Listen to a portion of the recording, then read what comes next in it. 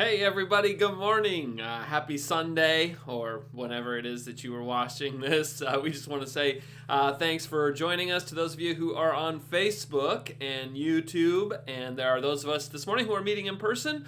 But it's fun to know that somewhere out here in Cyberland there are others of you who are part of this community too, and we're really glad that you are. If you haven't ever kind of stumbled onto this page before and you're wondering who we are, you can find out a little bit more about who we are by going to our website at findpathways.com, and you can see that we have our core values listed in the bottom corner of the screen there. But if you go to the website, guess what? We explain what we mean by those a little bit more. My name is Nick. I'm the lead pastor of this ragtag group of people, and we are a people who are on a mission to kind of discover what it means to follow Jesus. And we like to describe ourselves a couple different ways. We usually use two words, cautious and curious. We're cautious because we're a group of people, many of whom have grown up in church or other religious contexts, and many of us have seen religion, while all very good, in some cases we've also seen it used in ways that harm and hurt ourselves or people around us. And there's been a lot of things that we've kind of looked at the underside of religion and went, ugh, don't want any part of that. And so we kind of, as a group, I would say by and large, generally, we're a little skeptical about organized religion. But that doesn't mean we're not curious. In fact, that might make us more curious because we are fascinated with this person, Jesus. We think he was more than a man. We think he taught the way to truly live. And so we're a really curious bunch. We like to ask a lot of questions. And so we ask questions of the Bible text, and we try to rethink things that we thought once upon a time when we were younger even. And sometimes we come to similar conclusions, but we also just love asking the questions, and we think that's what it means to have a vibrant and growing faith. And so if you find yourself cautious or perhaps a little curious about things, this might be a really good group for you. Now today, we can have a similar format here as we normally do with a little twist, okay? Billy is going to lead us in a time of singing here, and there's a little reflective video in between. And then after that, I'm going to come back and I'm going to introduce a guest speaker. It's someone that you know really well. But this guest speaker is going to share today. We're going to put off the finale of Ruth, which is next week, and it's going to be really good. There's some things at the ending of Ruth that I think is just going to be like mind-blowing, so that'll be kind of fun. But this week we do have a guest speaker, and so after Billy leads us in a time of singing, I'll come back, introduce the guest speaker, and you'll get to hear from that person. Okay, and then we're going to wrap up with a time of communion, a time of reflection, and so if Billy at the end, he's going to play a song, and if you want to participate in that, you can do the at-home version, where you go through your kitchen right now, find some bread or crackers, find some juice, perhaps some leftover wine. Just grab a couple elements there, some bread and a cup, and those are the emblems that usually are used to celebrate communion. And so if you want to do that with us at the end of our time, make sure you gather up some supplies for that. Okay, that's pretty much it. I don't want to waste too much more time. Let's get to Billy leading us in some singing. It'll kind of wake us up here, get us going. I don't know, maybe you're watching this in the afternoon, but I kind of need a little runway for worship, a little runway to begin to hear from God, just to kind of get me aware of the fact that he is with us. And so Billy's going to do that for us today, and then I'll come back and I'll introduce our guest speaker. Okay, Billy, take us to it.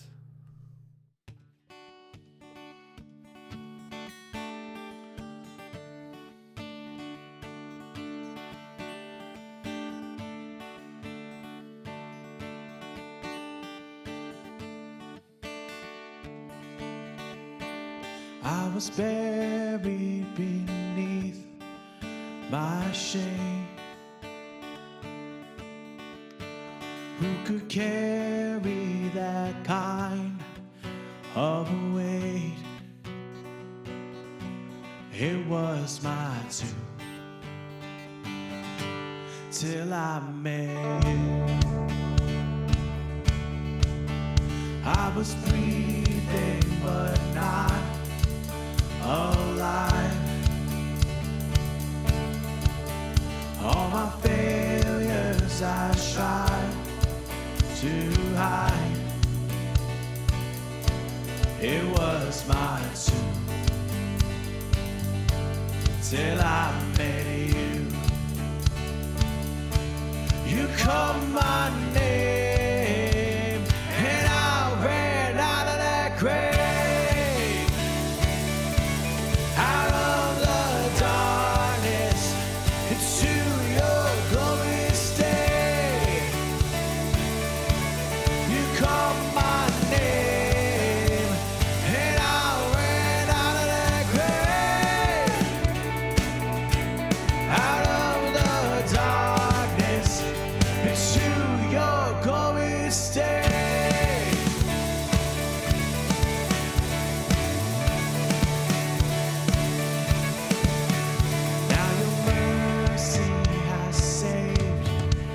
my soul.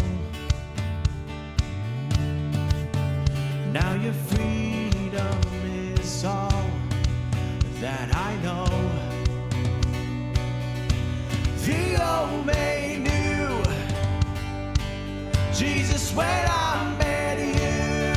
Oh yeah, you called my name and I ran out of that grave, out of the darkness into your glorious day. You called my name and I ran out of that grave, out of the darkness into your glorious day.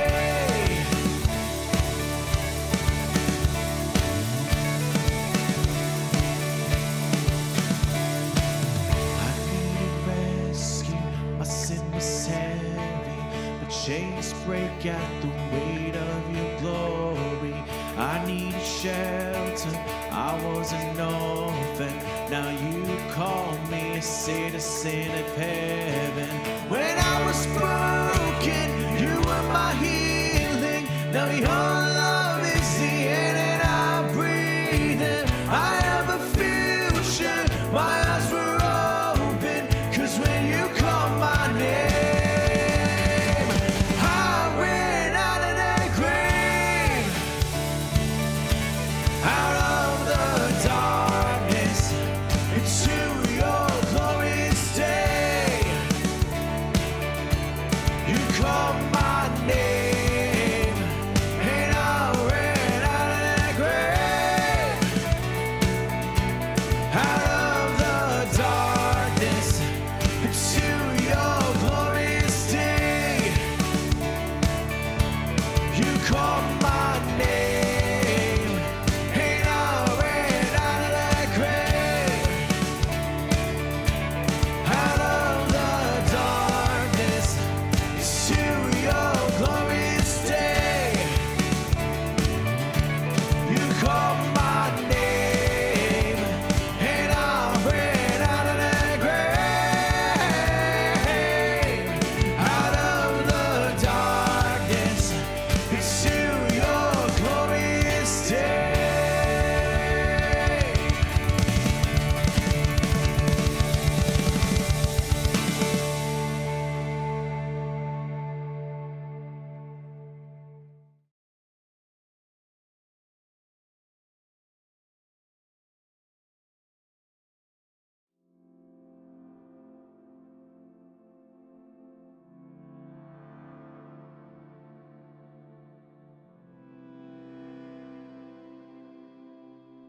In a land where prophets are killed, where God is crucified over and over again, where people abandon each other for the sake of ideas, making enemies of sisters and brothers, fighting wars because of fear, because of figments of our imagination, the war of terror within us, tearing at the bonds that join us. God is still with us, among us, Emmanuel, who is with the demonized and disenfranchised, the outcasts and other, to bring them together as a mother hen, desiring to gather her brood, to keep them safe from foxes who seek to kill, steal, and destroy, holding them close into her chest. If we chose to listen to her heart and be comforted by the warmth of her wings, if we choose the care that promises to never leave us, never to abandon us to ourselves, God abiding in love and loyalty, God ever present.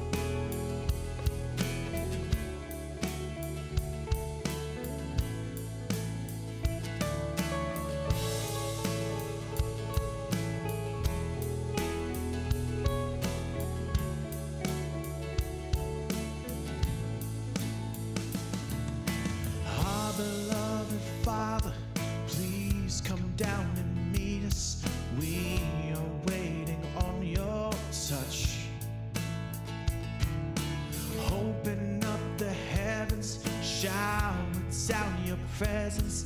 We respond to your great love. We won't be satisfied with anything ordinary. We won't be satisfied at all.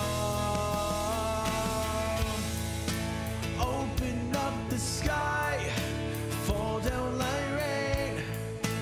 We don't want blessings, we want you. Open up the sky, fall down like fire. We don't want anything but you.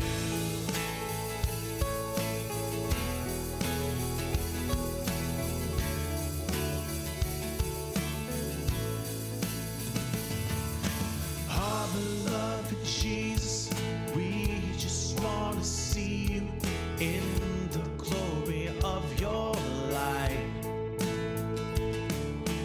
Earthly things don't matter, they just fade and shatter when we're touched by love divine. We won't be satisfied with anything ordinary. We won't be satisfied at all. Open up the sky, fall down like rain. We don't want blessings, we want you. Open up the sky, fall down like fire. And we don't want anything but you. Open up the sky, fall down like rain.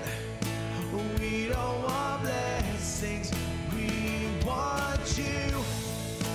Open up the sky, fall down like fire.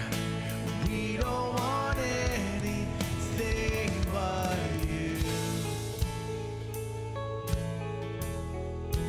Anything but you, God.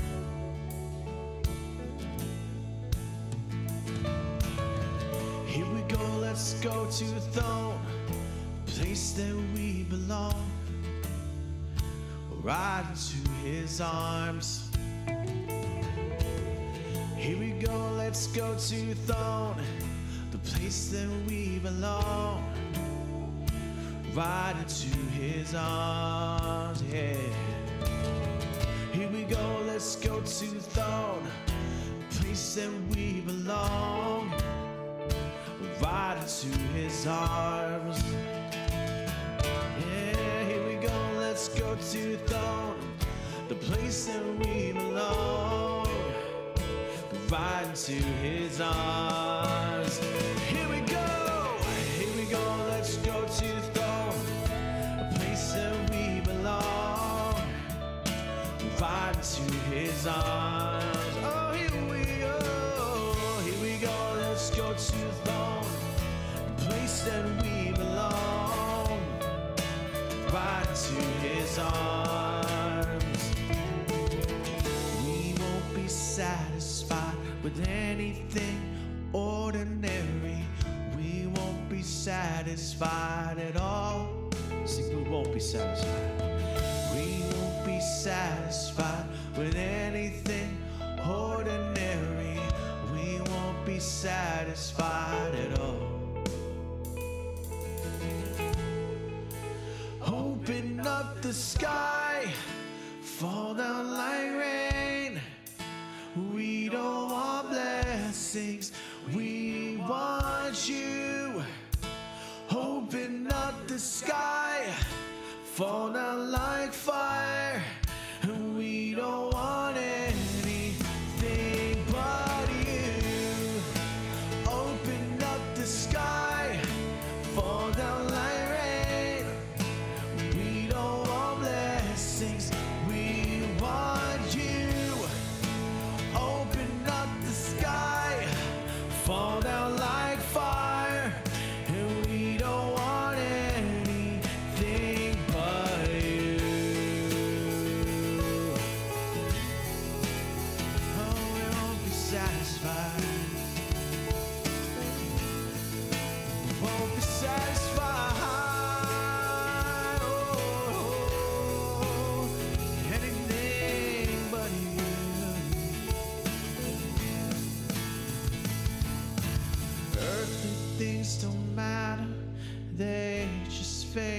shatter when we're touched by love divine.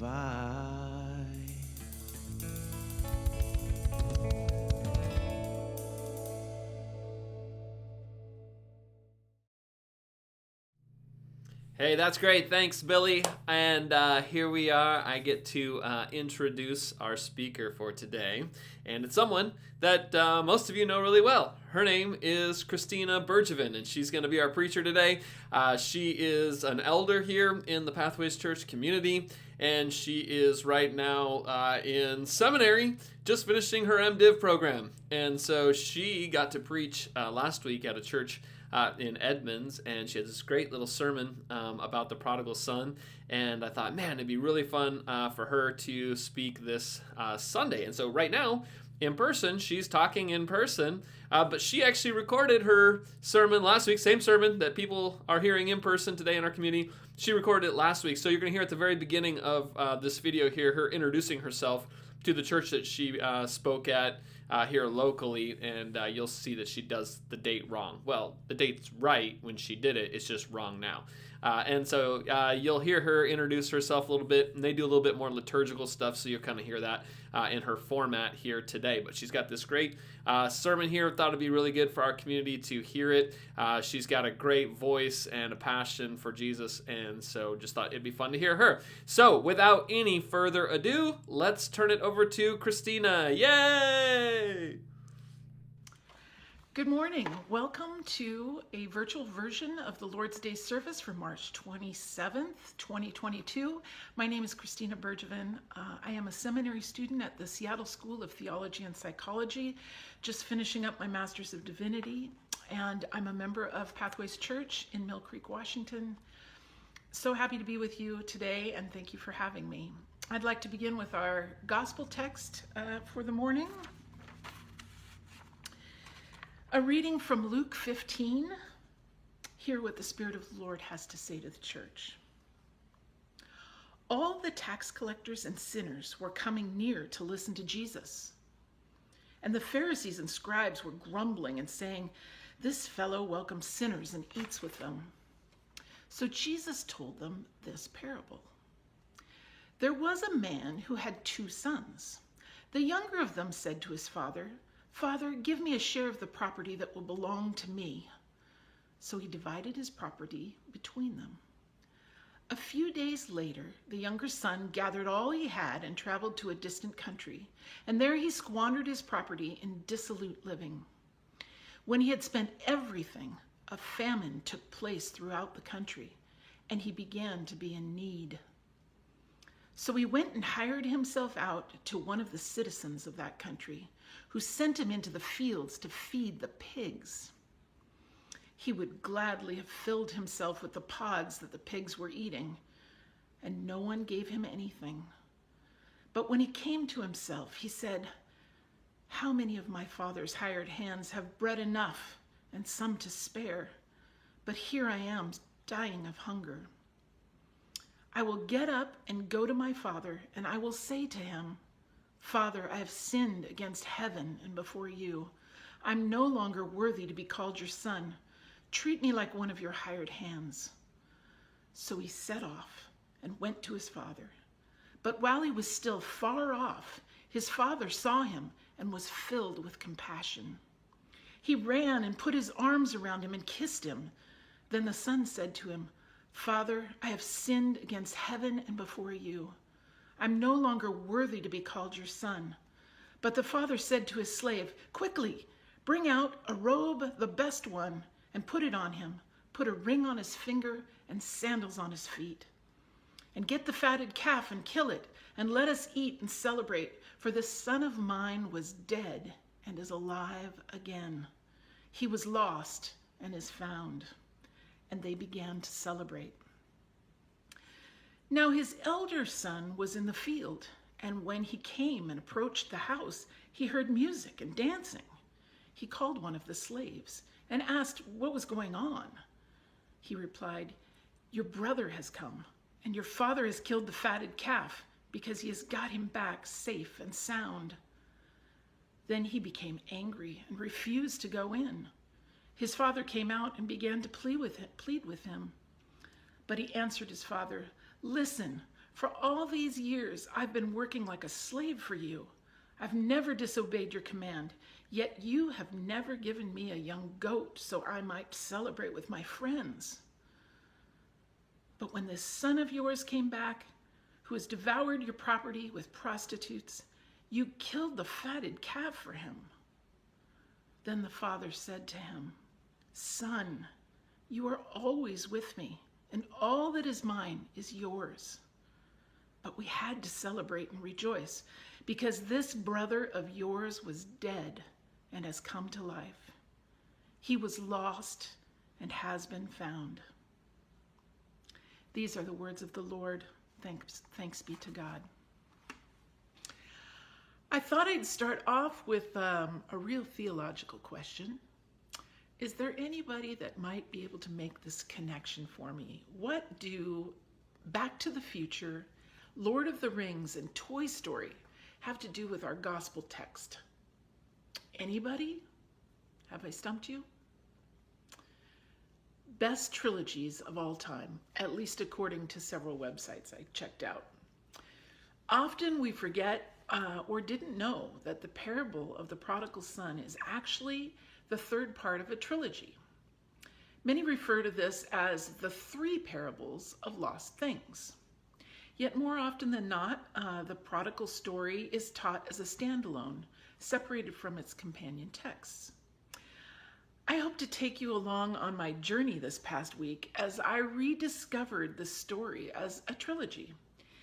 Rereading the entirety of Luke 15, I think we may discover that when part 3 is isolated from the context of the other two stories, we can easily come to some conclusions that don't quite get at the whole of the narrative arc. It's like stepping into a Netflix series in season 3. I'm always annoying my family by asking too many questions when I do that. But we can often get an incomplete or limited sense of what the story is about or what its characters are all about. I think that might be what often happens with this story. Set apart from the trilogy, the narrative naturally centers on a rebellious younger son who betrays his father and runs away, foolishly squandering the family's resources. When this son has lost all that he has, when he is reduced to the demeaning task of feeding pigs, the text says he finally comes to his senses, or maybe more aptly, to the end of himself. With contrition and remorse, he returns home with the humble hope of staying on as a hired hand. But to the listener's surprise, his father meets this son with open arms and lavishly celebrates his return. The moving message of this story, as we read it in this context, highlights the father's love and reminds us that no matter how far you run from home, the father always longs for your return. God stands ready and welcome and waiting for all his wayward children. The takeaway? Well, there's lessons about humility and repentance. And there's this assurance that when you find yourself lost, you don't have to stay lost. The story gives us a picture of what it looks like to come home to the relentless love of God. I've always loved this angle on the story, and while these things may be in fact very, very true, is that what this story is all about? Does it get at the full narrative and the reasons that Jesus told this story? Some new things have surfaced for me while I've been rereading it as a trilogy. Instead of understanding this parable centered on a wayward son, it becomes a parable about three things that are lost: a lost sheep, a lost coin, and a lost son. And through this broader lens, the reader's focus undergoes a significant shift from the thing that is lost to the character of the one who's searching after what is lost. As the three stories work together, our gaze becomes fixed not on the lost things, but on the kind of person who doesn't grow weary of seeking out that which is lost, who will never rest until it is found, and who is compelled to celebrate at its finding. Beginning in verse 4, the top of the trilogy, we can feel the shift from in focus towards character. Jesus says to his listeners, "Which of you, having 100 sheep and losing one of them, does not leave the 99 in the wilderness and go after the one that is lost until he finds it? When he has found it, he lays it on his shoulders and rejoices. And when he comes home, he calls together his friends and neighbors, saying to them, 'Rejoice with me, for I've found my lost sheep.' Just so, I tell you, there will be more joy in heaven over one sinner who repents than over 99 righteous persons who need no repentance." Notice here that rebellion plays no part in the sheep becoming lost.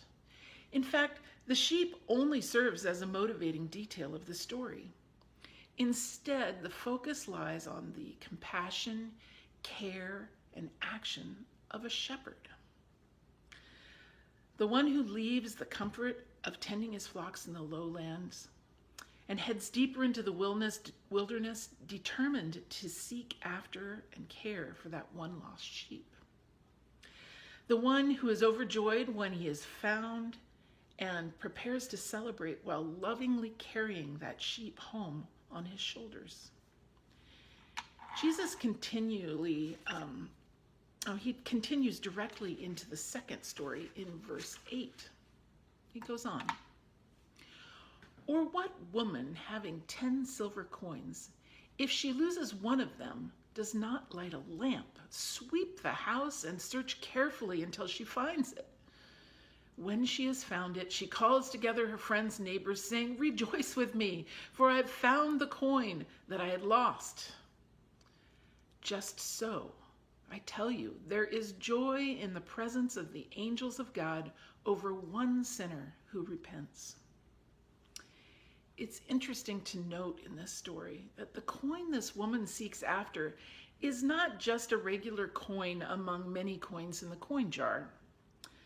Biblical commentators suggest that it's probably a bridal headdress coin, one of 10 that would have adorned the customary headpiece at a wedding. To lose such a coin was akin to losing your wedding ring. So, of course, it is valuable and cherished. This woman was not content to sit back and hope that the coin would surface during her weekly chores. No, she lights a lamp, she gets down on her knees, she tears the house apart until her precious coin has been found. Finally, we come around to the lost son. But now the literary context helps us to appreciate that the story is really about a dad that is looking out for his son, longing every day for his return. And on that long-awaited day, when he again stands scanning the horizon with hope, the father finally catches a glimpse of him off in the far distance and takes off running towards him. Hiking up his robes, kicking up the dirt, this father is utterly unconcerned with his own welfare, reputation, or the need for recompense. Before his son even has the opportunity to fully articulate his apology, the father, holding his son tight, orders his servants to bring the finest robe, to put shoes on his feet, and to return the family ring to his hand. This father joyfully seeks to reinstate his son to his family identity and belonging, and prepares to celebrate by killing the fatted calf and gathering the village. A party is needed because his son was lost and now is found. When we take in the entirety of this trilogy, we find these parables are not really about three lost things, but about the three people who actively search and celebrate. A shepherd who searches, a woman who searches, and a father who looks out, always searching. The focus of our gaze becomes fixed on the character of these seekers, the ones who celebrate when lost things are found. Biblical scholars note that in ancient literature, the trilogy is a familiar literary form which sets up narrative conflict by using the first two stories to draw the audience around something that they can hold in agreement before pivoting to the third story to create a tension that challenges one's perspective or reveals something new. These techniques unfold in this trilogy as well. In the first two stories, the listener can't help but join in amicable agreement about the diligence and care exemplified by both the shepherd and the woman. Of course, they can celebrate along with these noble characters who seek after what is lost. But the character of the father bristles up against all the cultural norms and expectations of how a self-respecting, esteemed, and wise father behaves in an ancient patriarchal society. And secondly, in this third story, Jesus, his listeners begin to intuit connections regarding whom this seeking person just might be. Who is this personifying? As the tension of the story progresses from a good shepherd to a faithful woman to a searching father, the searching one begins to take on a clearer persona of God, a God who seeks after that which is lost. All this becomes even more interesting when we look at what prompts Jesus to tell this parable in the first place. If we go back to the beginning of chapter 15, 10 verses before we even come to hear of a father who has two sons, we are dropped into the historical setting of this biblical account. Here, the writer Luke portrays Jesus once again doing what Jesus does. He is breaking religious rules, crossing social boundaries, extending himself to all the wrong people, always welcoming those who were other into relationship with himself, attending to their woundedness, and sharing many meals and stories with those on the margins who were continually compelled to be near him, to engage his teachings. But if we're paying attention, we find that this parable is not told for those on the outskirts of their Jewish community, but to those who are firmly established within. Attention is revealed in verses 1 through 3 as Luke sets up the story. In verse 1, all the tax collectors and sinners were coming near to listen to him, and the Pharisees and scribes were again grumbling and saying, "This fellow, he welcomes sinners and eats with them." So Jesus told them this story. Jesus here is responding to a specific audience, addressing the complaints and accusations that are coming at him from the religious leaders of his own Jewish community. These Pharisees served as teachers and rabbis in the local synagogues across the region. They comprised a religious sect that was concerned with strict adherence to the laws of Torah, believing that this was the only way that Israel would become great again. It was the only way they would obtain God's favor and free themselves from under the oppressive boot of Rome. When the Pharisees saw their fellow rabbi, Jesus, extending himself to those they believed compromised Israel's standing with God, those who were ritually unclean, had failed to live up to Torah, or had betrayed their Jewish identity, these Pharisees were filled with a self-righteous kind of judgment and anger. Tax collectors held a particular disdain among Jewish culture. Although they were also Jews, they turned on their community, grasping at a better life for themselves as employees of their Roman oppressors. They were seen as traitors who prostituted themselves to the empire, excising the required Roman tribute from their own people and passing it on to the beast of Rome, a foul beast that the Jews often referred to as pigs, Roman pigs. Now, understanding this context, we begin to see a clearer picture of the tension this parable held for its original hearers.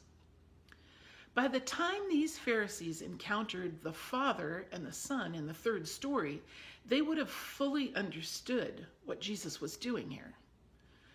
The younger son who betrays his identity and belonging, running from his father's home only to find himself feeding pigs, becomes a clear allusion to the tax collectors who betrayed their Jewish heritage, making a living feeding the pigs of Rome.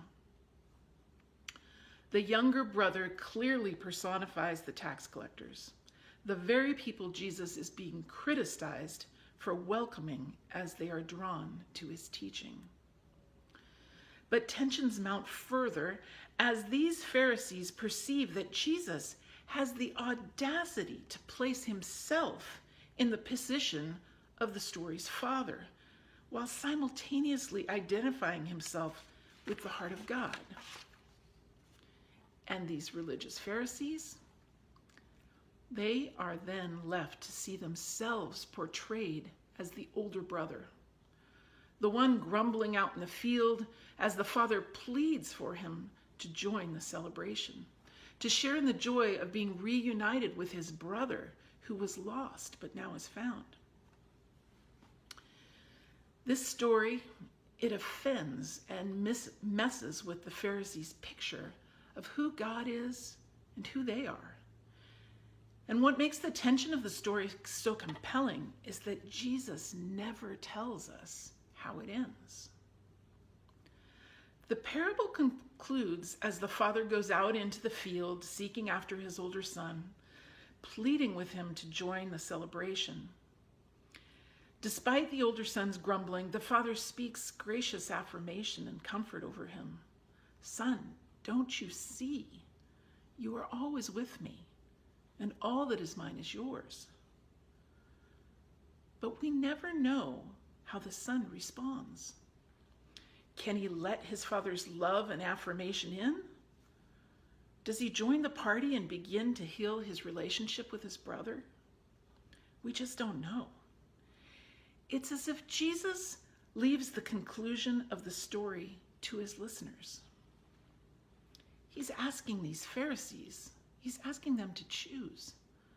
Will you choose to be more like the older brother, or will you choose to be more like the seeking father?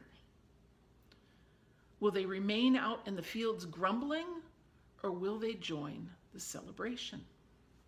Who will they be? This parable, it's a jewel of many facets. It's a brilliant bit of storytelling that can reflect light on many, many layers of truth and insights. And while my previous reading and understanding continues to offer so many beautiful and healing truths about what it is to come home to the love of God, I now believe that Jesus was employing this parable to confront and challenge the religious folks of his own day. He disrupts their picture of who God is by exposing a scandalous kind of love that poses this question: who are you going to be? How are you going to respond? It is that same persistent, undying, and scandalous love that challenges our churches today, asking us to respond. Who are we going to be? The story continues to confront us, inviting us to interrogate our own hearts and our own practices as a community. Who are we going to be? Who are we going to be like? Will we be like the older son, or will we be like the seeking father? Will we open our hearts to welcome our siblings, or will we close ourselves off to the hard work and beauty of reconciliation? Will we join the celebration, or pull away from joining in relationship? We all encounter fellow human beings in our world, or even in our own families, who for one reason or the other cause us to bristle. Does a resistance to make eye contact or a resistance to relationship reveal a judgmental character or self-righteousness in us? Does this story have anything to say about how we engage our neighbors who maybe have the wrong political sign in their front yard? Or perhaps the transgender sibling who is looking for a church community to call home? Are we willing to become like the Father, to embody the one who's always seeking, always rejoining, always inviting inclusion, reunion, and restoration in our faith communities? And for those of us in the room who may feel somehow disconnected today, or ragged, or feeling lost in some area of your life, I also want to remind you of this. God is forever the good shepherd who seeks the 99, who leaves the 99 to seek after the one. God is forever the diligent woman who refuses to rest until she is reunited with her precious coin. God is forever the loving Father scanning the horizon, poised to set off running towards the beloved. Know that repentance always finds the porch light on, and divine love eagerly waits to celebrate each time we turn our face towards home. I pray that you can hear divine love saying to you this morning, my son, my daughter, my child, my beloved people, you are always with me, and all that is mine is yours. It is this source of love, the incarnate Jesus, God with us, that calls us to consider who it is we want to be. Will we be like the older brother, or will we be like the Father? John 3:1 stands to remind us, how great is the love the Father lavishes on us, that we should be called children of God. And that is what we are.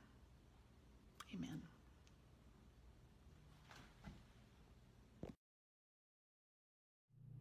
Wow, that was great, isn't it? I love the idea of seeing the prodigal son not as a story of a lost son who comes home, but part of a bigger grouping of 3 stories describing the type of person, the type of God who searches out after lost things. And will we be like God, searching out after lost things and people and rejoicing when they're found? Wow. Great message, Christina. Thank you so much for that. We want to go to communion today. Billy's going to lead us in a song here. We'll sing along if you'd like to, or if you'd like to get those elements out, communion elements, and remember the God who has searched out after us. All right, let's go to communion, and then we'll come back for some announcements.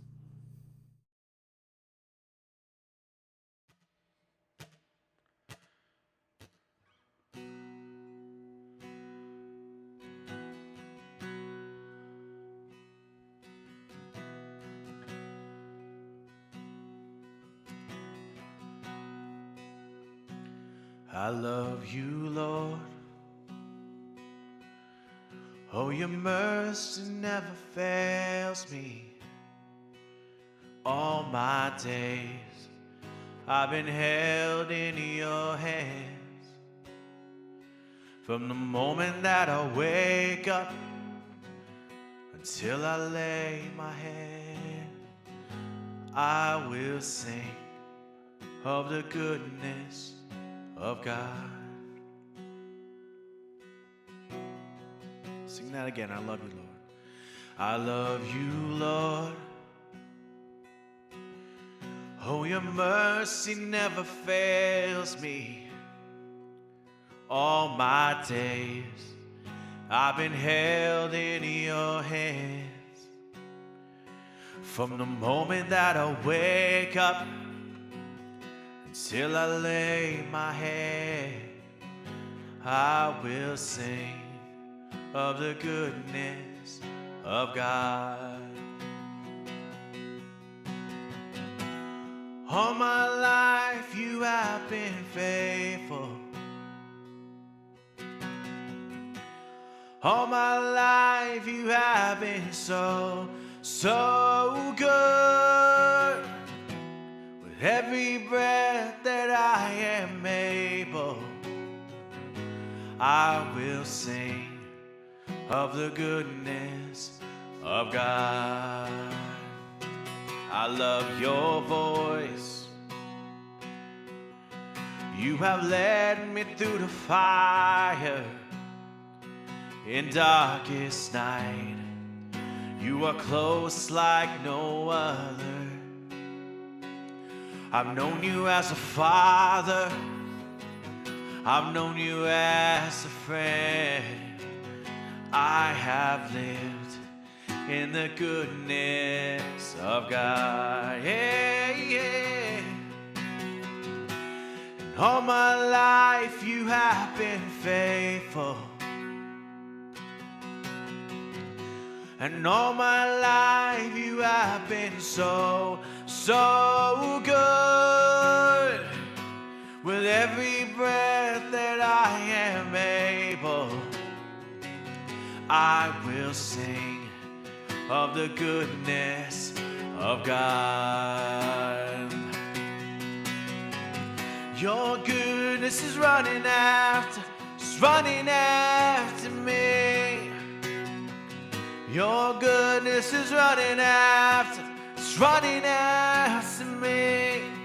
In my life laid down, surrender now. I'll give you everything. Your goodness is running after me. Your goodness is running after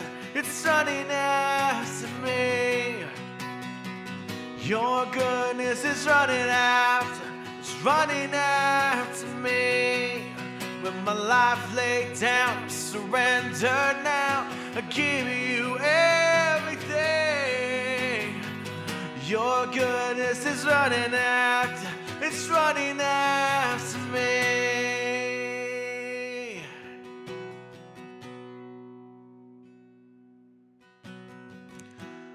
All my life you have been faithful. All my life you have been so, so good. With every breath that I am able, I will sing of the goodness of God. I'm gonna sing.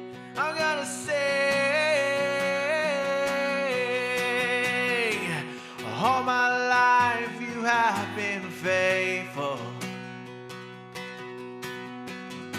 And all my life you have been so, so good. You are with every breath that I am able.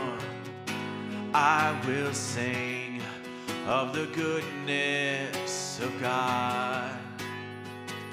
And I will sing of the goodness of God. Oh, I will sing of the goodness of God.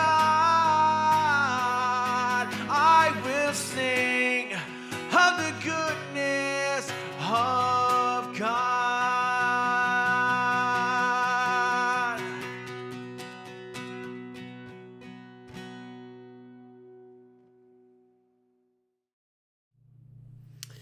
All right. Hey, we have a couple announcements just as we wrap up this morning. A couple things to just get on your radar here. First of all, if you would like to give, you can do that. You can support the Pathways Church financially by going to our website at findpathways.com/donate. And on there, you can set up a one-time gift or a recurring gift. And especially for those of you online who are participating from afar, one of the best ways to kind of support this group the easiest way, since you're probably at a distance, is to support financially. And if you would like to do that, we would really appreciate that.